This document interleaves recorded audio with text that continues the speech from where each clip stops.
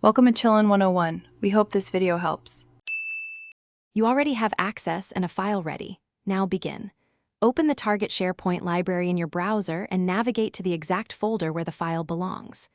Click Upload or drag the file onto the library pane. This starts the transfer. While uploading, check the file name and version policy to avoid overwrites. Once done, review the upload status at the top. Sharepoint shows progress and any immediate conflicts so you can act before continuing. After the file lands in the library, fill required metadata so search and workflows work correctly.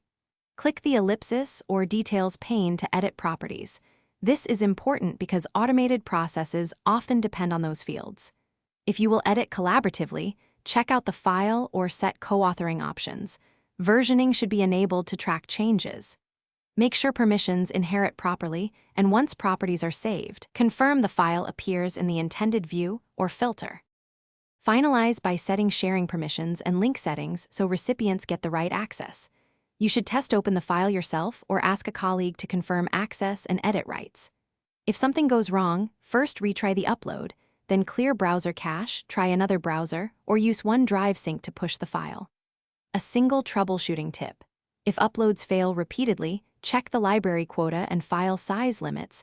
Those are the most common invisible blockers. Thanks for watching. Consider subscribing if we helped you.